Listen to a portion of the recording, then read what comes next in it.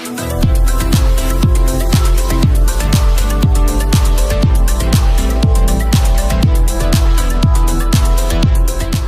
lupa ya di-subscribe dan nyalakan lonceng notifikasinya.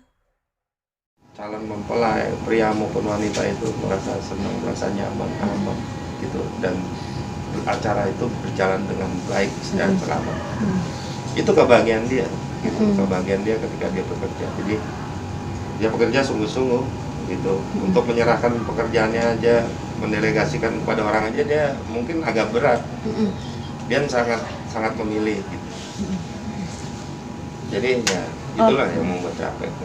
Kalau Mas Teddy sendiri ketika kayak Bunda jangan terlalu capek, jauh sebelum kejadian kayak gini gitu, maksudnya Mas Teddy tuh lebih gimana sih ke almarhum gitu untuk memberikan pakem-pakem pekerjaan, jangan terlalu capek, jangan ini cerewet, mungkin agak sedikit keras, bukan keras ya tapi tegas terhadap almarhum, karena Mbak Rina kan IO itu kan nggak bisa sendiri kerja gitu. Iya, ya artinya kalau capeknya kan pasti capek. Bahwa eskalasinya atau peningkatannya itu seperti apa kan beda-beda gitu. Jadi seperti misalnya keluarga mempelai A, B, C itu kan tingkat stresnya juga berbeda-beda, keinginannya berbeda-beda. Jadi untuk ngeladenin itu kan kadang-kadang kan almarhum itu kan dia harus sesuaikan perasaan dia sama keluarga yang ini, keluarga yang ini. Belum lagi satu acara ini ada dua keluarga gitu. Yang ini bagaimana, yang ini bagaimana gitu. Jadi memang kan treatmentnya nggak bisa sama gitu. Yang dilakukan nggak bisa sama, harus berbeda. Nah inilah yang membuat kan pikiran kadang-kadang orang di wedding organizer atau yang di IO juga itu yang bikin kan orang tuh jadi pusing, pening, capek, letih.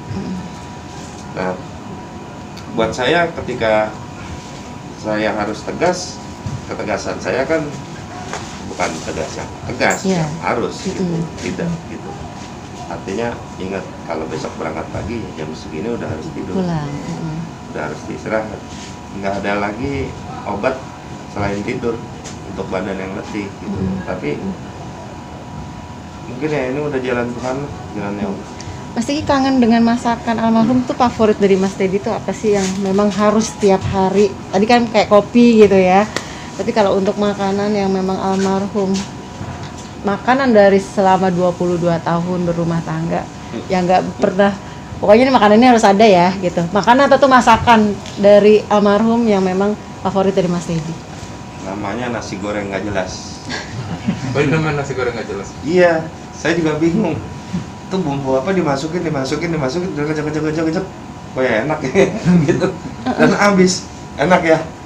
Enak. Oh ya? Wah, catat. Besok bikin bumbunya lain lagi, Enak lagi? Iya, dan saya bingung gitu. Makanya saya bilang nasi goreng nggak jelas. Ini apa sih? Nggak tahu, tadi nyoba ada bumbu ini aja gitu. Pakein itu, kotak. Nah, karena waktu dia cuma ada di pagi hari. Dan pagi hari itu meskipun saya baru tidur pukul 4, saya pasti pagi udah bangun lagi gitu. Pukul 5.30, pukul 6 tuh saya udah bangun, dan dia juga udah bangun, saya mau olahraga, udah mau aktivitas lagi. Karena buat kami seperti dari dulu bahwa komunikasi itu penting gitu. Meskipun 5-10 menit, 15 menit, tapi kalau intensitasnya terpelihara kan terus menerus, itu baik gitu. Sehingga ada apa perlu besar, apa yang bisa kita ambil, apa yang bisa kita analisa kan akan lebih cepat gitu. Berarti nasi goreng asal ya? Nasi goreng asal. Respon almarhum seperti apa ketika Mas tadi mungkin memberi nama nasi goreng asal gitu? Nah itu sih ya karena ya dia juga ngakuin, artinya kayak apa aja taruh nasi, bumbu apa masukin, biar saya rasa enak aja ya.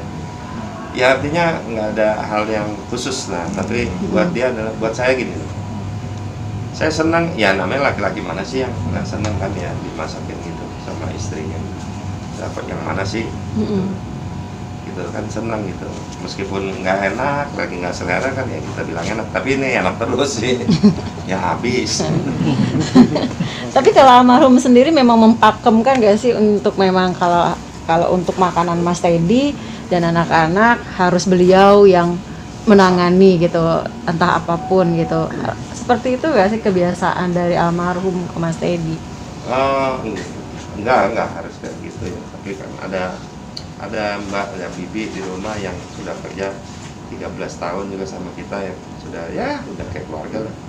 Artinya dia sudah tahu satu hal, bahwa berjalannya kegiatan atau pekerjaan yang terjadi di rumah adalah saya mau semua dari dia, dari almarhum. Jadi dia yang ngatur, nanti masaknya ini, nanti bapak dimasakin ini harus dimasaknya ini, yang anak-anak gini, nanti ini begini, ini gitu. Meskipun dia lagi sibuk di luar, tapi itu dia jalankan gitu. Karena kan komunikasi di rumah juga penting pada siapapun ya. Jadi ya kalau buat dia sih, dia tuh gini loh, dia penikmat kan. Ya, wedding organizer tuh kan dia nanti pergi fast food sana, coba makan sini, dia harus tahu gitu makanan enak gitu. Kan seorang penikmat makanan belum tentu jago masak gitu. Dan belum tentu suka masak gitu. Dan dia kan masaknya maunya yang simpel, mau yang ribet. Ada ya? Oke. Mas Teddy, Ya. sekarang melihat anak-anak, hal yang mungkin masih Allah berikan ke Mas Teddy dalam hidup Mas Teddy, apakah ada perubahan pandangan, mungkin lebih bersyukur kah, atau lebih sayang lagi kah, atau mungkin lebih protektif kah melihat anak-anak setelah kehilangan almarhum? Sebenarnya kan anak saya yang pertama sudah mau masuk 21 tahun, yang kedua ini kan sudah 17 gitu. Artinya mereka sudah cukup dewasa untuk memahami apa yang terjadi.